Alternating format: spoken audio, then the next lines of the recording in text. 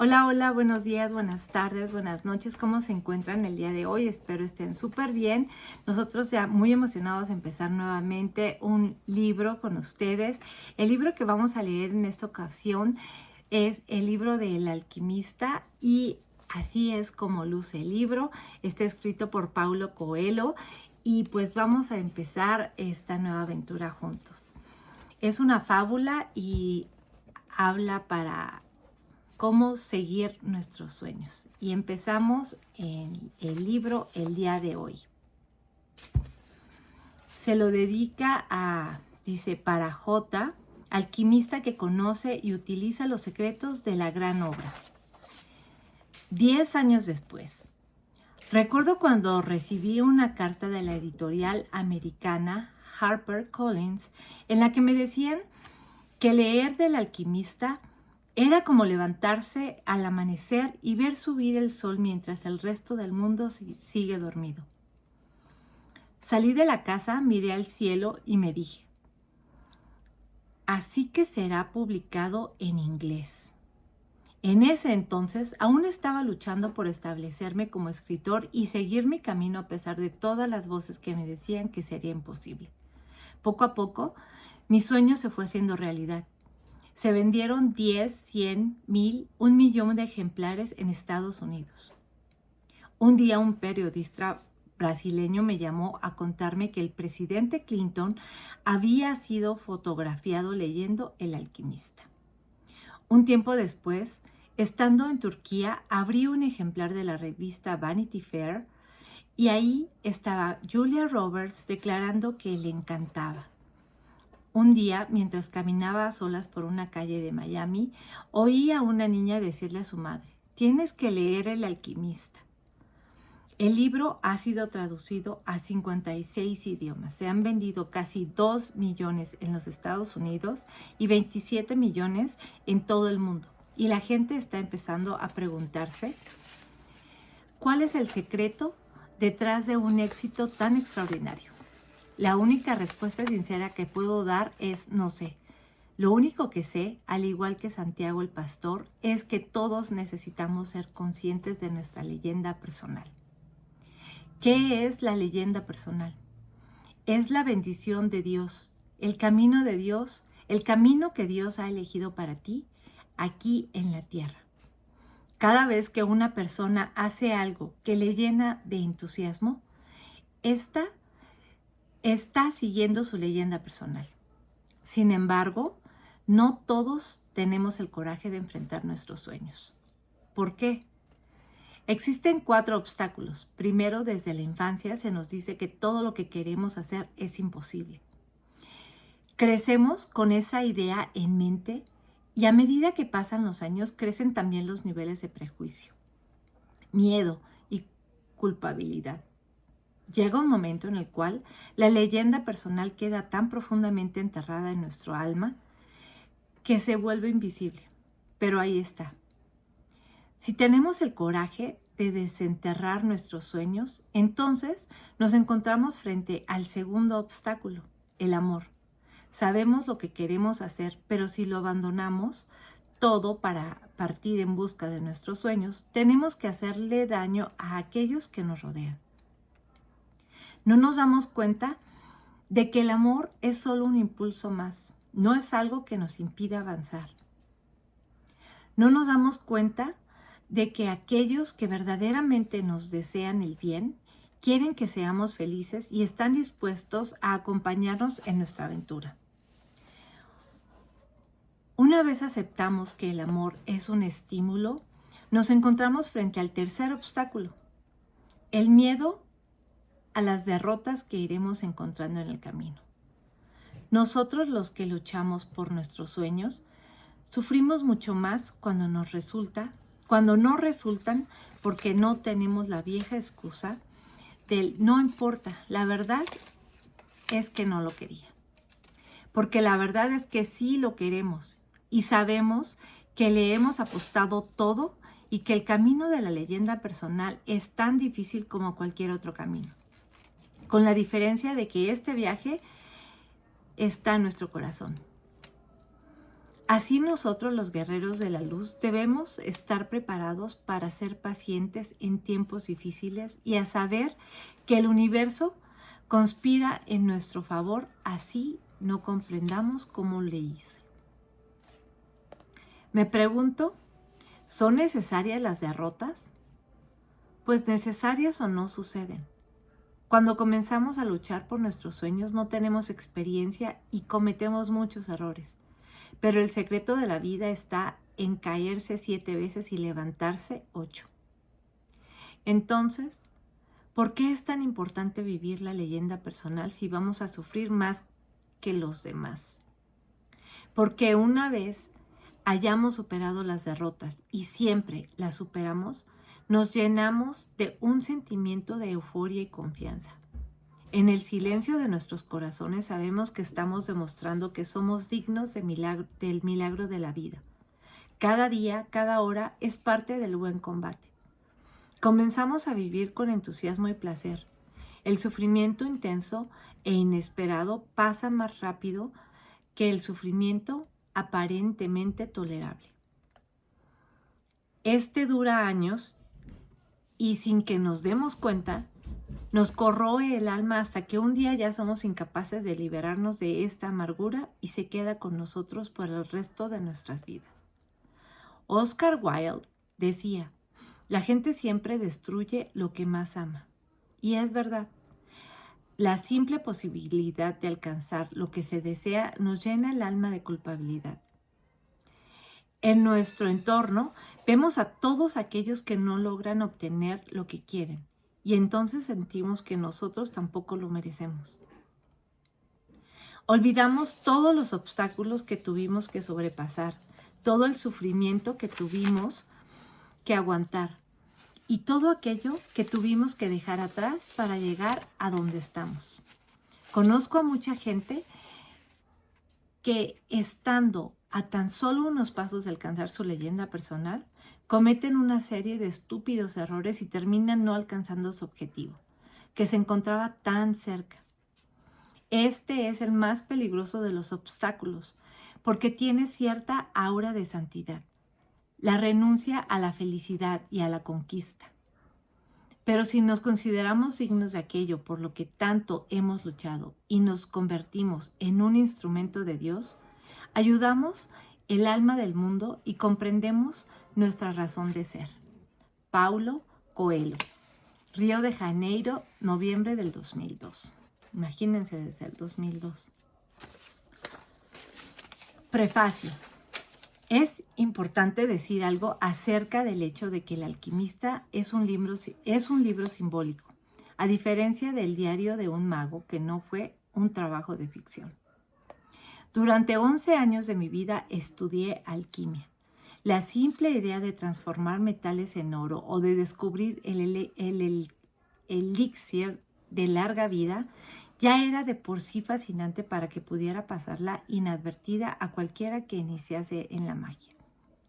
Confieso que el elixir de la larga vida me seducía más.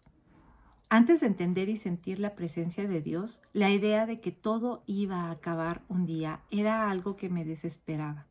De modo que, al saber que había la posibilidad de conseguir un líquido capaz de prolongar por muchos años mi existencia, resolví dedicarme en cuerpo y alma a su obtención. Era una época de grandes transformaciones sociales al principio de los años 70 y aún no había publicaciones serias sobre la alquimia. Comencé como uno de los personajes del libro, a gastar el poco dinero que tenía en la compra de libros importados y dedicaba muchas horas de mi día al estudio de su complicada simbología. Traté de entrar en contacto con 2 o 3 personas que en Río de Janeiro se dedicaban en serio a la gran obra y rehusaron recibirme. Conocí también a muchas otras personas que se decían alquimistas, poseían sus laboratorios y prometían enseñarme los secretos del arte a cambio de verdaderas fortunas. Hoy comprendo que nada sabían de aquello que pretendían enseñar. A pesar de todo mi dedicación, Los resultados eran absolutamente nulos. No sucedía nada de lo que los manuales de alquimia afirmaban en su complicado lenguaje.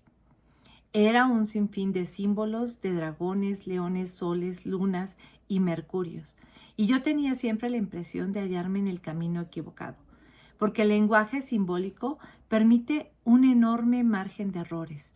En 1973, desesperado ya por la falta de progreso, cometí una suprema irresponsabilidad. En esa época, yo estaba contratado por la Secretaría de Educación de Mato Grosso para impartir clases de teatro en aquel estado y decidí utilizar a mis alumnos en laboratorios teatrales que tenían como tema la tabla de Esmeralda. Esta actitud, unida a algunas incursiones más en el terreno pantanoso de la magia, fue la causa de que el año siguiente pudiese yo experimentar en carne propia la verdad del refrán que dice: el que la hace la paga. Todo se vino abajo por completo. Pasé los 6 siguientes años de mi vida en una actitud bastante escéptica en relación con todo lo referente a lo místico. En este exilio espiritual aprendí muchas cosas importantes, que solo aceptamos una verdad cuando primeramente la negamos desde el fondo del alma, que no debemos huir de nuestro propio destino, y que la mano de Dios es infinitamente generosa a pesar de su rigor. En 1981 conocí RAM y a mi maestro, que me conduciría de regreso al camino que está trazado para mí. Y mientras él me adiestraba en sus enseñanzas, yo volví a estudiar alquimia por mi cuenta. Una noche, mientras conversábamos después de una agotadora sesión de telepatía, le pregunté por qué el lenguaje de los alquimistas era tan vago y tan complicado. Existen 3 tipos de alquimistas, dijo mi maestro. Aquellos que son imprecisos porque no saben de lo que están hablando. Aquellos que saben de lo que están hablando, pero saben también que el lenguaje de la alquimia es un lenguaje dirigido al corazón y no a la razón. ¿Y cuál es el tercer tipo?, pregunté. Aquellos que jamás oyeron hablar de alquimia, pero que lograron a través de sus vidas descubrir la piedra filosofal. Y así, mi maestro, que pertenecía al segundo tipo, decidió darme lecciones de alquimia. Descubrí que el lenguaje simbólico que tanto me irritaba y desorientaba era la única manera de alcanzar el alma del mundo, o aquello que Jung llamó el inconsciente colectivo. Descubrí la historia personal y las señales de Dios, verdades que mi raciocinio intelectual rehusaba aceptar a causa de su sencillez. Descubrí que alcanzar la gran obra no es tarea de unos pocos, sino de todos los seres de la faz de la tierra. Es evidente que no siempre la gran obra acude bajo la forma de un huevo o un frasco con un líquido, pero todos nosotros podemos, sin el menor asomo de duda, zambullirnos en el alma del mundo. Por esto, el alquimista es también un texto simbólico. En el decursor de sus páginas, amén de transmitir todo lo que aprendí al respecto, trato de rendir homenaje a grandes escritores que lograron alcanzar el lenguaje universal. Hemingway, Blake, Borges, que también utilizó la historia para uno de sus cuentos, Malva Tahan, entre otros. Para terminar este extenso prefacio e ilustrar lo que mi maestro quería decir acerca del tercer tipo de alquimistas, vale la pena recordar una historia que él mismo me contó en sus laboratorios. Nuestra Señora, con el niño Jesús en sus brazos, decidió bajar a la tierra y visitar un monasterio. Orgullosos, todos los sacerdotes formaron una gran fila y cada uno de ellos llegaba ante de la Virgen para rendirles homenaje. Uno declamó bellos poemas, otro mostró sus ilustraciones de la Biblia, un tercero dijo el nombre de todos los santos. Y así, Monje tras monje, todos fueron homenajeando a Nuestra Señora y al Niño Jesús. En el último lugar de la fila había un monje, el más humilde del convento, que nunca había aprendido los sabios textos de la época. Sus padres eran personas sencillas que trabajaban en un viejo circo de los alrededores y todo lo que habían enseñado era arrojar bolas al aire y hacer algunos malabarismos. Cuando le llegó el turno, los otros monjes querían poner fin a los homenajes, porque el antiguo malabarista no tenía nada importante que decir y podía deslucir la imagen del convento. Sin embargo, en el fondo de su corazón, también él sentía una inmensa necesidad de dar alguna cosa de sí para Jesús y la Virgen. Avergonzado, sintió las miradas reprobadoras de sus hermanos. Sacó del bolsillo unas naranjas y empezó a lanzarlas al aire haciendo malabarismo, que era lo único que sabía hacer. Fue en ese instante cuando el Niño Jesús sonrió y comenzó a batir palmas desde los brazos de Nuestra Señora. Y fue para este monje que la Virgen extendió los brazos, dejando que sostuviese un rato en los suyos al divino niño, el autor. Yendo por el camino, entraron en un pueblo y una mujer llamada Marta lo hospedó en su casa. Tenía ella una hermana llamada María, que se sentó a los pies del Señor y permaneció escuchando sus enseñanzas. Marta se agitaba de un lado a otro, ocupada en muchos menesteres. Entonces se aproxima a Jesús y le dijo: Señor, ¿no te importa que yo esté sirviendo sola? Ordena a mi hermana que venga a ayudarme. Respondióle el Señor: Marta, Marta, andas inquieta y te preocupas por muchas cosas. María, en cambio, eligió la mejor parte, y ésta no le será arrebatada. Y es Lucas 10, 38, 42. Y hasta aquí se acaba lo que vamos a leer el día de hoy, que fue el prefacio, y en la próxima lectura ya vamos a empezar por el prólogo y lo que es el libro. Ya ven, este es un libro que lo han traducido en tantos idiomas y tiene también tantas ventas que espero que les vaya a gustar y espero lo vayan a disfrutar. Nada más antes de despedirme, nada más no olviden suscribirse al canal para que les lleguen las notificaciones. Si nos regalan un like, también más personas se van a enterar del contenido.